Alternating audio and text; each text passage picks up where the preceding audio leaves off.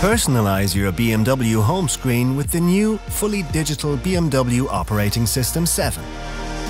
You can freely configure content at the highest menu level of the control display according to taste.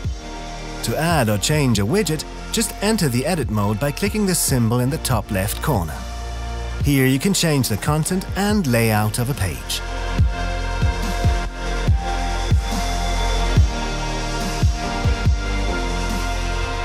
Or you can add a completely new page and fill it with your desired content.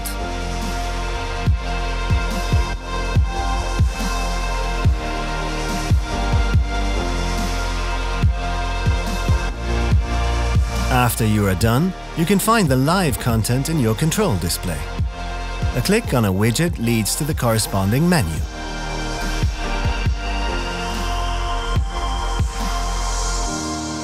Continue watching our how-to series to get the most out of your BMW.